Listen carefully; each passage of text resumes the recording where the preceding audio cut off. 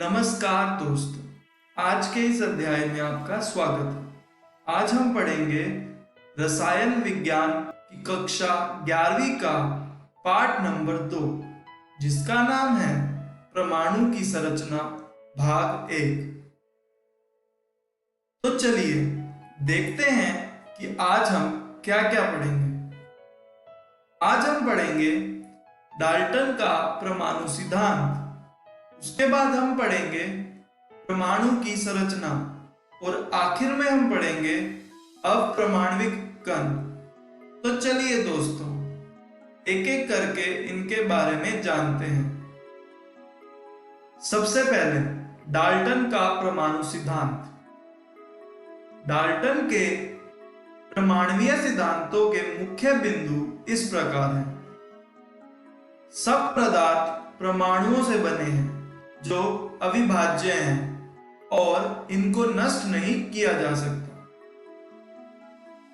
एक तत्व में सभी परमाणु समान होते हैं।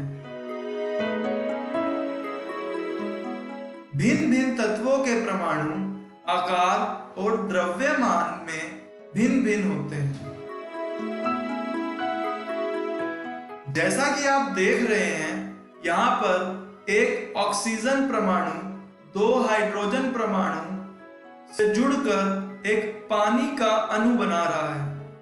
यहाँ पर दोनों हाइड्रोजन परमाणु का आकार और द्रव्यमान एक जैसा है, जबकि एक ऑक्सीजन परमाणु का आकार और द्रव्यमान हाइड्रोजन परमाणु से अलग है। चलिए बढ़ते हैं अपने अगले विषय की तरफ। परमाणु क्या है? परमाणु एक रसायन का सबसे छोटा कण है जो प्रकृति में मौजूद है, जैसा कि आप इस दृश्य में देख रहे हैं। चलिए आगे बढ़ते हैं। परमाणु की संरचना। परमाणु छोटे छोटे कणों से बने होते हैं, जिन्हें इलेक्ट्रॉन, प्रोटॉन और न्यूट्रॉन कहा जाता है, जैसा कि आप इस दृश्य में देख पा रहे हैं। चलिए दोस्तों, बढ़ते हैं अपने अगले विषय की तरफ। अप्रमाणविक कण। परमाणु जिन छोटे कणों से बने होते हैं उन्हें अप्रमाणविक कण कहा जाता है। यह इस प्रकार है: इलेक्ट्रॉन, प्रोटॉन, न्यूट्रॉन। आइए एक एक करके इनके बारे में जानते हैं। सबसे पहले इलेक्ट्रॉन। इलेक्ट्रॉन परमाणु के ऋणात्मक आवेश कण होते हैं जो परमाणु के केंद्र के चारों ओर घूमते हैं, जैसा कि आप इस चित्र में देख रहे हैं। चलिए दोस्तों आगे बढ़ते हैं। इलेक्ट्रॉन की खोज। इलेक्ट्रॉन की खोज सन 1897 में जे थॉमसन ने कैथोड किरण ट्यूब की मदद से की थी। आइए जानते हैं उन्होंने इलेक्ट्रॉन की खोज कैसे की थी। जैसा कि आप इस चित्र में देख रहे हैं, यहाँ पर एक कैथोड ट्यूब है जिसके अंदर कम दाब पर हवा भरी गई है और नीचे एक निर्वात पंप है जो कि इस हवा के दाब को नियंत्रित रखता है। यहाँ पर दो प्लेट, एक कैथोड और एक एनोड हैं, जिनको जोड़ा गया है उच्च वोल्टता के साथ। कैथोड को ऋणात्मक कोने के साथ, जबकि एनोड को धनात्मक कोने के साथ। दोस्तों, जे थॉमसन ने कैथोड किरण कैथोड से एनोड की तरफ फेंकी और उन्होंने एनोड के पीछे कैथोड ट्यूब के ऊपर एक प्रतिद्वीप लेप पाया।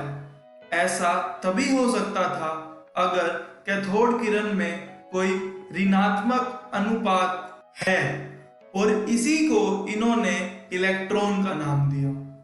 तो ऐसे हुई थी इलेक्ट्रॉन की खोज। चलिए दोस्तों आगे बढ़ते हैं। प्रोटॉन। हाइड्रोजन से प्राप्त होने वाले सबसे हल्के धनात्मक आयन को प्रोटॉन कहते हैं। जैसा कि आप इस दृश्य में देख रहे हैं। प्रोटॉन की खोज। प्रोटॉन की खोज सन 1886 में ई गोल्डस्टीन ने की थी। चलिए दोस्तों देखते हैं इन्होंने कैसे किया था। दोस्तों, जैसा कि आपने इलेक्ट्रॉन की खोज में प्रयोग हुए उपकरणों को देखा, यह भी बिल्कुल समान उपकरण है, लेकिन ई गोल्डस्टीन ने इस बार एनोड से कैथोड की तरफ एनोड किरण फेंकी और उन्होंने कैथोड के पीछे प्रतिदीप्त लेप पाए। ऐसा तभी हो सकता था अगर एनोड किरण में कोई धनात्मक अनुपात है, और इसी को उन्होंने कहा प्रोटॉन। तो ऐसे हुई थी प्रोटॉन की खोज। चलिए बढ़ते हैं अपने अगले विषय की तरफ। न्यूट्रॉन। प्रोटॉन की तुलना में न्यूट्रॉन का द्रव्यमान ज्यादा होता है और उसका कुल आवेश 0 होता है। यह परमाणु के नाभिक में पाया जाता है, जैसा कि आप इस चित्र में देख रहे हैं। चलिए आगे बढ़ते हैं। न्यूट्रॉन की खोज। न्यूट्रॉन की खोज सन 1932 में सर जेम्स चैडविक ने की थी। आइए देखते हैं उन्होंने कैसे की थी न्यूट्रॉन की खोज।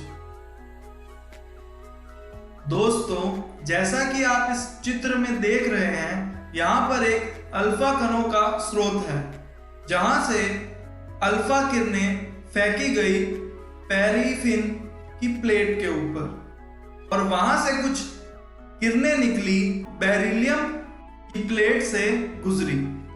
उसके बाद जो किरणें निकली उनको आयनीकरण कक्ष में जांचा गया, तो यह पाया गया कि उनके अंदर प्रोटॉन है।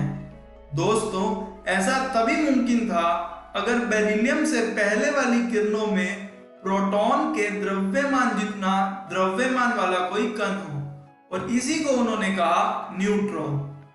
तो ऐसे हुई थी न्यूट्रॉन की खोज। चलिए दोस्तों आगे बढ़ते हैं। आवेश तथा द्रव्यमान अनुपात। इलेक्ट्रॉन के आवेश तथा द्रव्यमान का अनुपात इस प्रकार होता है। E/m बराबर है 1.758820 जमा 10⁻11 कूलम्स पर केजी, जहां m इलेक्ट्रॉन का द्रव्यमान है और E इलेक्ट्रॉन का आवेश। चलिए बढ़ते हैं अपने आखिरी विषय की तरफ। इलेक्ट्रॉन पर आवेश। इलेक्ट्रॉन पर आवेश ज्ञात करने के लिए मिलिकन ने तेल बूंद प्रयोग का उपयोग किया था। आइए देखते हैं कैसे।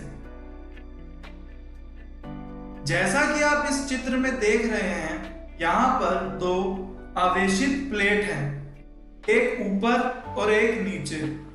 इन दोनों ही प्लेट को उच्च वोल्टता के साथ जोड़ा गया है।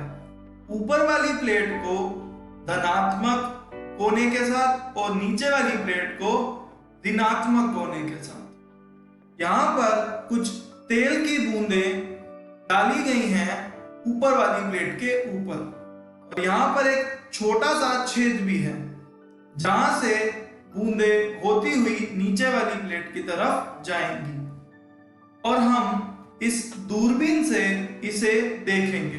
तो दोस्तों, इसी प्रायोगिक व्यवस्था के साथ मिलिकन ने प्रयोग किया और इलेक्ट्रॉन पर आवेश निकाला, जो कि होता है 1.602 जमा 10⁻19 कूलम।